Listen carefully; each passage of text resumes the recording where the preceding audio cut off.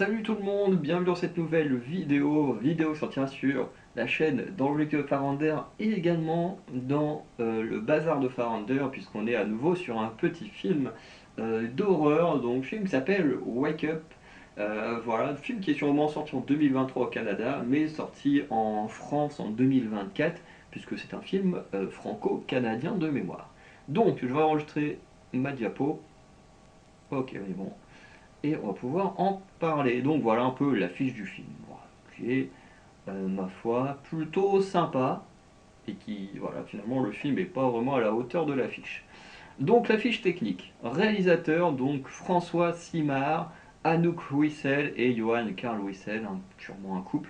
Scénario Alberto Marini. Et là je me dis, pourquoi ils ont foutu autant de gens à la réalisation et si peu au scénario? Je pense qu'ils auraient dû faire l'inverse pour avoir un meilleur film. Bref. En acteurs-actrices principaux, on a Kevin, joué par Turlough Convery, et Jacques, donc le frère de Kevin, joué par Aidan O'Hare, donc qui eux sont un peu les méchants de l'histoire. Ensuite, on a Ethan, joué par Benny O'Arthur, Karim, joué par Tom Gould, Tyler, joué par Kyle Scudder, Yasmine, joué par Jacqueline Moret, Grace, joué par Alessia Yoko Fontana, et Emily, jouée par Charlotte Stoiber, voilà, qui sont du coup les 6 personnages que l'on voit juste ici. Ensuite, le synopsis. Donc, dans le synopsis, on a des activistes de la Gen Z qui sont violemment arrêtés par un gardien de nuit dérangé après s'être faufilé dans un magasin de meubles à grande surface destructeur de l'environnement. Bon, alors ça déjà, bon, on reviendra plus tard là-dessus, mais déjà ça me pose un problème. Bon, mauvais point sans spoil, c'est que aucun personnage n'est appréciable. Aucun. Ce qui veut dire que eux, c'est des cons. Vraiment, c'est des cons. C'est le type de personne qui m'énerve vraiment dans la vraie vie. Les méchants sont pas beaucoup plus appréciables. Parce que, bon, d'un côté, chez les méchants, t'as un mec qui est complètement taré, qui kiffe la chasse, machin et tout. Bon, ok. Sauf que le personnage est totalement antipathique. Euh, il a l'air d'avoir un truc qui va pas, mais vraiment, on ne te le développe pas plus que ça. Donc, bon, bah, difficile de s'attacher aux méchants. Son frère, c'est juste un gros alcoolique. Bon, voilà, difficile de s'attacher à lui. Et eux, là, pareil, impossible de s'attacher à eux. C'est juste des enculés, en fait, hein. C'est quand même des gens qui sont pas d'accord avec une idée.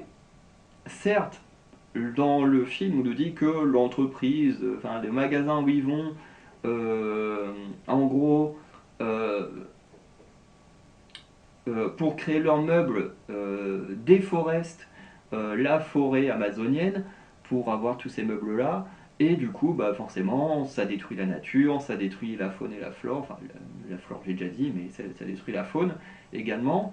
Et du coup, ben, eux, leur objectif, c'est quoi? C'est de militer en entrant dans le magasin la nuit, enfin, du coup, en restant dans le magasin la nuit et en saccageant le magasin. À quel moment tu as envie d'aimer ces personnages-là? C'est juste des enculés. C'est juste des enculés parce que les salariés du magasin, eux, ils y sont pour rien. Des décisions des patrons de la chaîne de magasins. C'est-à-dire que eux, quand ils arrivent le lendemain, ils vont devoir tout nettoyer. Ils vont devoir tout ranger, tout le bordel qui a été foutu. Alors que eux, les salariés, tout ce qu'ils font, c'est vouloir avoir un travail pour nourrir leur famille et tout. Et là, t'as juste une petite bande de connards qui décident de tout saccager, de tout foutre en l'air, parce que une entreprise fait des choses qu'ils ne veulent pas. Mais il y a d'autres moyens de combattre que de juste saccager un lieu. Et en plus, là, ça va t'apporter quoi de saccager un lieu? Putain, les gens, ils vont juste nettoyer et puis c'est tout. Ok, peut-être que les gens en parleront dans les médias pour dire, hey, une bande de petits connards à, euh, à saccager un magasin, à la limite, mais ça va leur apporter quoi? Rien, rien. Les chaînes de médias vont dire, oh, des petits connards activistes ont saccagé les lieux, et puis c'est tout. À quel moment ça fait avancer leur combat? En fait, à aucun moment ça ne fait avancer le combat des écolos. Et moi, c'est un truc qui m'énerve. Parce que là, en fait, ces personnages-là, ce sont pas réellement des écolos. Ce sont clairement des gens plus extrémistes. En fait, qui veulent tellement qu'on écoute leur combat, bah, qu'ils vont commettre des choses qu'il ne faut pas. Et on retrouve ça dans toutes les communautés, que ce soit la communauté LGBT, la communauté féministe, la communauté, j'ai envie de dire masculiniste, mais déjà, la communauté masculiniste, c'est déjà plus ou moins un problème. Mais bon, quand je parle masculiniste, avec un problème, je parle surtout des incels. Chez les écolos, chez les véganes, enfin bref, dans toutes ces branches, tu as des partis un peu extrémistes, et très clairement, ces personnages-là sont bien plus dans une partie extrémiste qu'une partie normale. C'est-à-dire qu'ils sont pas là en train de dire aux gens, oui, il faudrait que l'entreprise... Enfin, tu vois, ils sont pas là en train d'essayer de prévenir des problèmes de l'entreprise. Non, eux, ils se disent juste, bon, on va tout saccager. Et ça n'a aucun sens parce que personne ne va écouter leur message.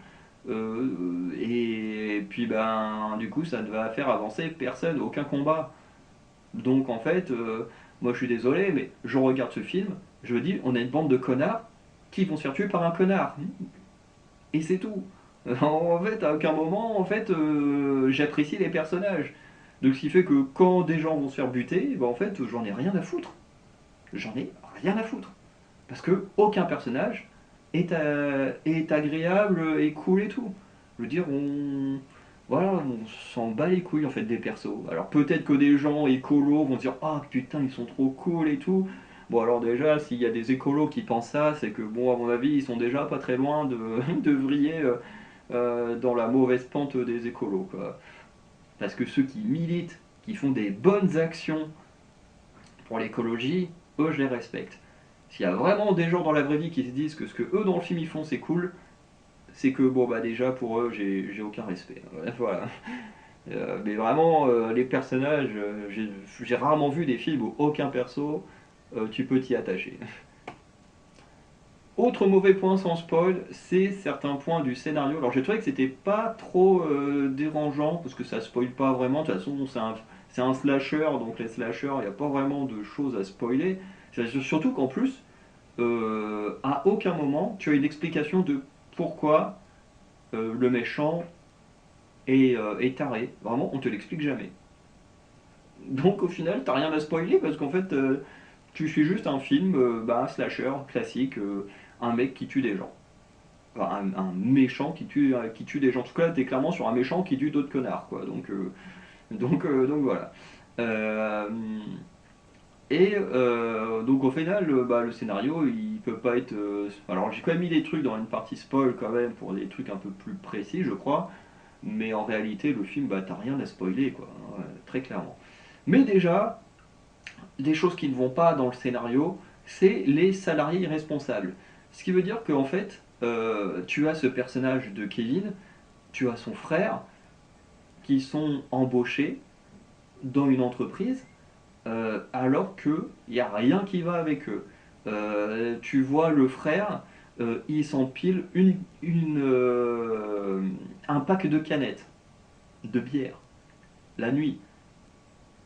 Le mec est dans un état pas possible. Il n'y a personne qui s'en rend compte. Déjà, tu dis comment c'est possible, parce que as quand même, tu vois à un moment donné que tu as un gars qui fait l'entretien la nuit, enfin bref, donc il doit à un moment donné doit bien être en contact avec les gardiens avant de partir. Genre, personne ne se rend compte que tu as un mec qui, toutes les nuits, est complètement défoncé à l'alcool. Non, personne ne s'en rend compte.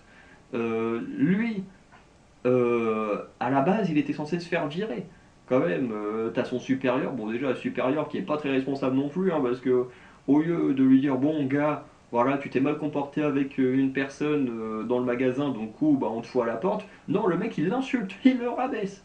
Il dit, ouais, de toute façon, tu sais rien, t'es qu'une merde, si quelqu'un te parle mal, tu fermes ta gueule, si on te crache dessus, tu fermes ta gueule. Enfin, tu dis, bon déjà, quel manager, bon, je sais que ça existe ce genre de manager, mais ce genre de manager devrait pas exister. Voilà, pour moi, des managers comme ça, j'en veux pas dans une entreprise, hein. Franchement, tu règles les conflits, tu les règles correctement, tu les règles pas en rabaissant les gens. Bon, euh, voilà.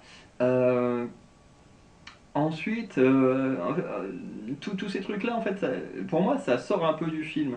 Parce que tu te dis, encore tu serais dans une comédie, un truc comme ça, bon voilà, dans les comédies c'est souvent un peu loufoque et tout. Mais là, tu dis quand même, on est dans un film d'horreur, t'as aucun salarié dans la nuit qui est potable. Et d'ailleurs, un truc qui va pas dans ce film, c'est que tu as les deux gardiens et tu as un gars qui fait l'entretien de nuit. Le mec qui fait l'entretien de nuit, tu le vois au début, tu le revois jamais dans le film. Et vraiment, tu le revois jamais dans le film. Ce qui veut dire que le mec, tu sais pas, est-ce qu'il est mort, est-ce qu'il est encore en vie, est-ce qu'il faisait vraiment son travail ou pas. Bref, le mec il disparaît d'un coup, et puis allez hop, on s'en bat les couilles qu'il soit plus là. Bref, comme je disais, hein, ils auraient dû mettre plus de personnes au scénario qu'à la réalisation. Parce que la réalisation est pas si mal que ça, hein, mais mon dieu.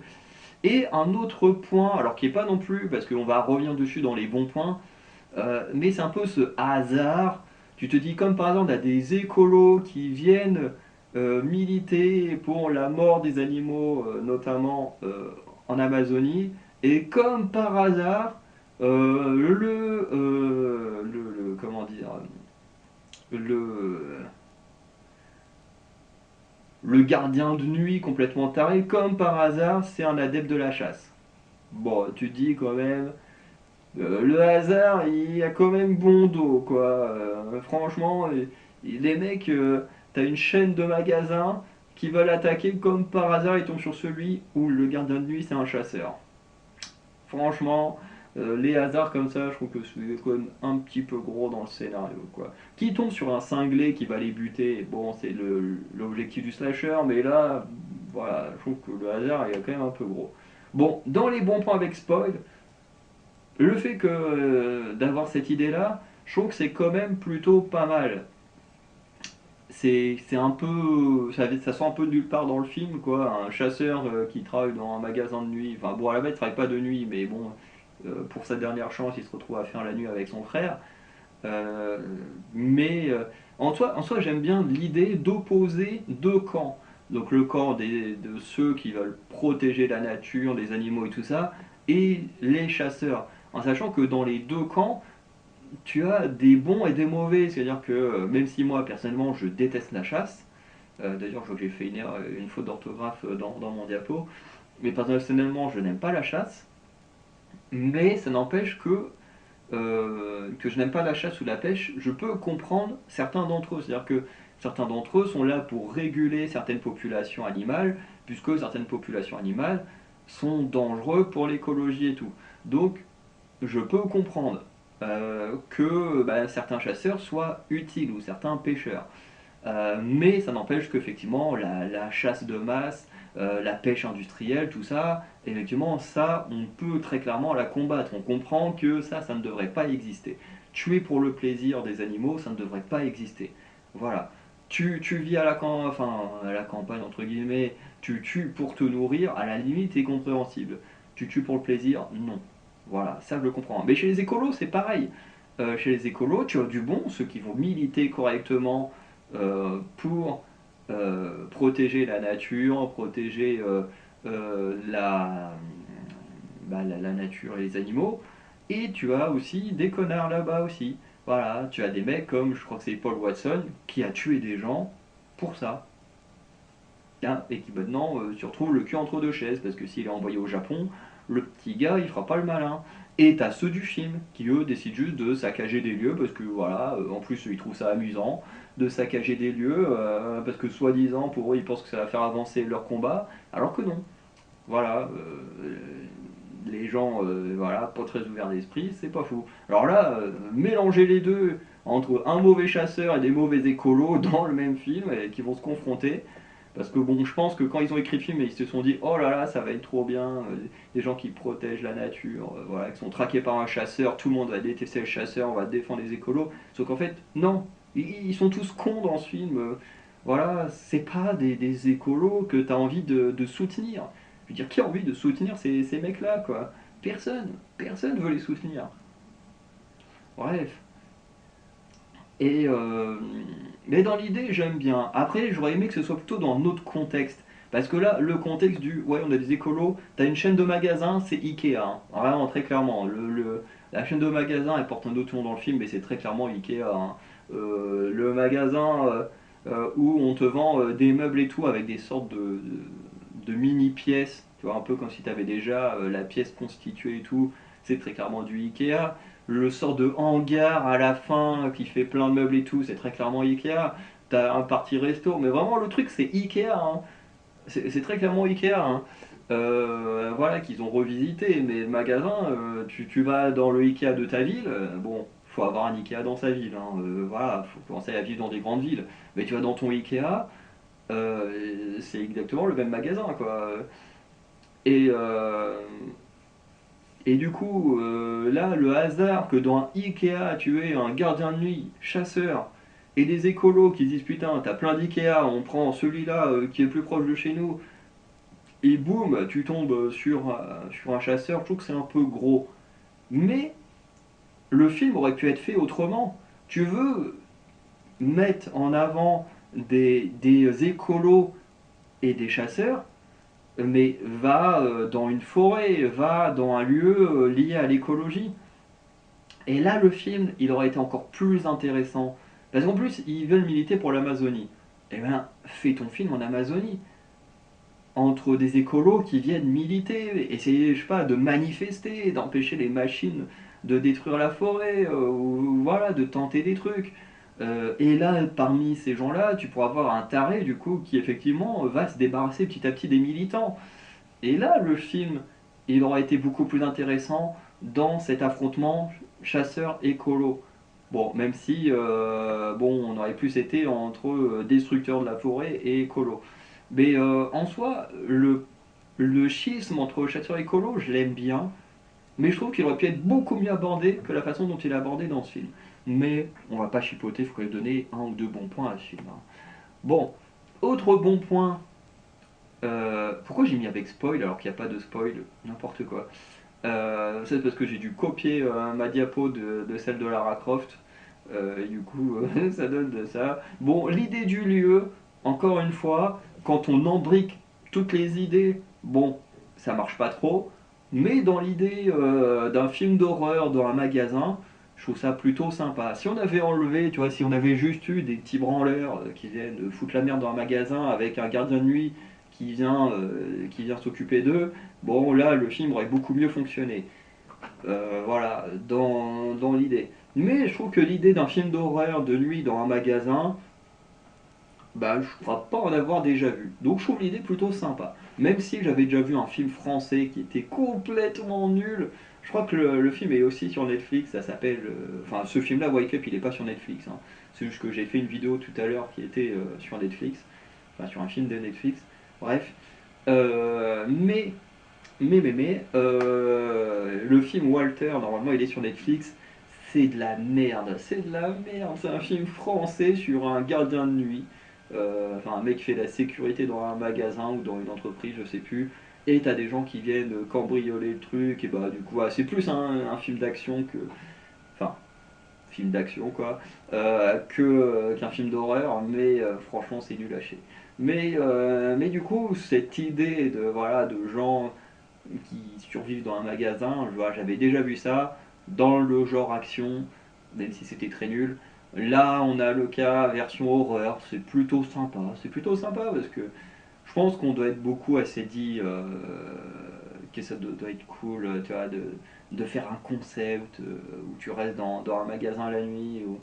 Moi, je sais pas, même l'université, je me dis des fois, genre juste la nuit se promener dans l'université, surtout dans les vieux bâtiments de la fac, ça doit être terrifiant et tout, alors qu'il se passe rien à mon avis. Mais voilà, il y a des choses qui peuvent être amusantes à faire et tout, où la nuit rend beaucoup plus dangereux les trucs et tout, alors que c'est des endroits où tu as l'habitude d'aller de jour et qui sont normaux quoi. Du coup, l'idée, voilà, de tuer dans un Ikea, bon, même si le magasin s'appelle pas comme ça, hein, mais voilà, vous avez compris, je trouvais ça plutôt sympa. Bon, on va passer à une partie spoil. Je crois que j'ai quand même fait du spoil, même si en soi, bon, voilà, il n'y a pas grand chose à spoiler. Donc, Wake Up, si vous tombez sur ce film, vous pouvez le regarder. Si, comme moi, voilà, vous trouvez que tous ces personnages-là sont débiles, bah, vous allez être satisfait d'en voir quelques-uns hein, se faire dégommer, parce que bon, bah, ils méritent tous d'y passer hein, dans ce film, très clairement, hein. Voilà, t'en as pas un pour attraper les autres, que ce soit chez les soi-disant gentils et les méchants. Voilà, personne n'est rattrapable, donc voilà, c'est plutôt sympa d'en voir s'en faire dégommer. Euh, voilà, donc c'est pas l'un des meilleurs films de l'année, très clairement pas. C'est sympa à regarder, mais franchement, vous n'êtes pas obligé, hein. Vous n'êtes pas obligé de voir ce film, hein. Il va pas vous apporter grand chose. Voilà. C'est tout ce que j'ai envie de dire à ceux qui veulent pas être spoilés. Donc on va passer à la partie spoil maintenant. Donc, est-ce qu'il y avait des bons points? Ah ben oui, oui, je comprends pourquoi j'ai mis ça en bon point, ben oui. Donc, j'ai mis certaines exécutions qui sont plutôt sympas. Effectivement, euh, et ça je trouve que c'est plutôt pas mal, c'est que le Kevin, le méchant, c'est un gars qui aime la chasse. Et du coup, quand il part dans l'idée de tuer les gamins, parce que en gros, quand ils vont se faire choper, t'as le frère alcoolo comment dire, qui va essayer de voler le téléphone d'Emily, donc qui est la blonde du groupe, qui forcément est la première à mourir, hein, cliché du film d'horreur, toujours la blonde ou le noir qui meurt en premier. Euh, et, euh, et en gros, en voulant prendre son téléphone, la blonde va le repousser et en fait il va se péter le crâne contre un meuble. Et en fait, le Kevin il va penser que son frère est mort. Du coup, il va choper la blonde, il va clairement buter la blonde, hein, voilà. Et ensuite, du coup, il va partir dans une phase totalement meurtrière. Le truc étant, c'est qu'en fait, son frère, on se rend compte après qu'en fait, il est pas mort, et en fait, c'est Kevin qui va lui-même tuer son frère en pensant qu'on l'agresse par derrière. Bon, scène qui est complètement con, hein, parce que les mecs, ils sont dans l'entrepôt, ils sont peut-être à deux-trois rayons d'écart, t'as son frère qui est en train de hurler contre un des gamins, en mode, je sais plus ce qu'il lui dit, en mode qu'est-ce que vous faites ici, ou pourquoi vous êtes là, machin, enfin bref, le mec il hurle sur un gamin, et l'autre il se rend même pas compte que son frère est en vie, alors que ils sont juste à côté, quoi. Bref, c'est complètement con. Mais bon, comme je disais, le Kevin, voilà, il est parti dans sa folie meurtrière, il commence à installer des pièges, voilà, il y va en mode chasseur et tout, et ça, je trouve ça plutôt sympa. Honnêtement, les exécutions sont plutôt sympas, il y en a qui sont plutôt originales, voilà, surtout qu'en général, il fait durer le plaisir, tu sens que c'est le chasseur, vraiment horrible, hein, sur qui t'as pas envie de tomber, quoi. Euh, et franchement, ouais, franchement, les exécutions sont plutôt sympas. Autre bon point, c'est que tout le monde meurt. Voilà, comme j'ai dit, de toute façon, les activistes, c'est tous des connards pour faire ce qu'ils font, donc ils méritent tous de crever, et ils vont tous crever. Même à la fin, quand tu penses que Yasmine, elle va s'en sortir parce que, en gros, elle va planter une flèche dans le crâne de Kevin, qui apparemment va en mourir. Du coup, elle lui plante une flèche dans le crâne, et ensuite, voilà, elle lui pique ses clés et elle en profite pour ouvrir la porte de sortie. Et en fait, le Kevin avait tout prévu et avait prévu un piège au cas où quelqu'un réussissait à ouvrir la porte.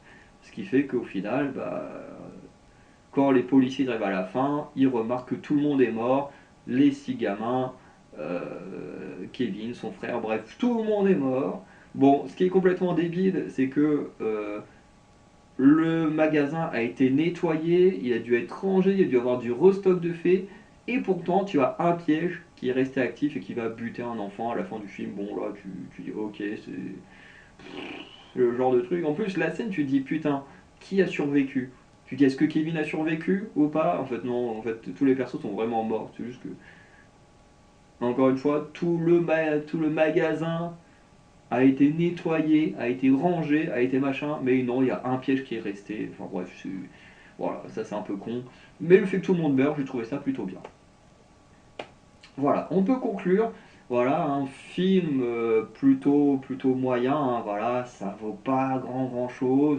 Bon, en vrai, on passe un bon moment, c'est pas mauvais, les acteurs jouent plutôt bien, mais le truc c'est que pour moi, si vous arrivez à vous attacher au personnage, je pense que vous pourriez passer un bon moment devant le film.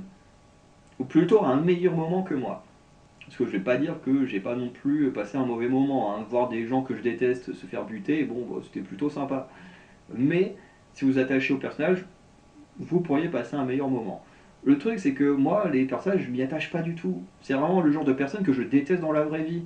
Les gens qui, comme on voit par exemple avec les, les gens qui viennent dans les manifestations juste pour tout casser, bah eux, ces gens-là, je les déteste. Je vois pas en quoi ça fait avancer la cause de détruire des vitrines, détruire des véhicules ou quoi que ce soit. Voilà, c'est comme pendant les manifestations des gilets jaunes qui bloquaient les routes. En quoi ça fait avancer de bloquer les autres citoyens et du coup de créer un conflit citoyen contre citoyen. Alors que c'est contre le gouvernement qu'il faudrait avoir des blocages et tout. Mais c'était pareil pendant un temps à la fac. Il y a une période à la fac, pareil, les étudiants, pour manifester, ils empêchaient les autres étudiants d'aller étudier. Sauf qu'encore une fois, tu n'aides personne en fait. Tu crées juste du conflit avec les autres étudiants. Alors que bah, c'est contre le président de la fac qu'il faut militer, pas contre les autres étudiants. Tu peux pas obliger les étudiants à faire ce que toi t'as envie. Tout comme en tant que citoyen, je vais pas obliger les autres citoyens à faire ce que toi t'as envie. Et ainsi de suite. Et moi, ces gens qui veulent obliger les gens à être comme eux, à faire comme eux, machin, ou à commettre des actes illégaux pour faire passer leurs paroles, pour moi, ces gens, ils ne valent rien. Voilà. Et du coup, bah là, tu crées un film où les héros, bah c'est ces gens-là, mais je me dis, moi, je peux pas m'attacher, je peux pas.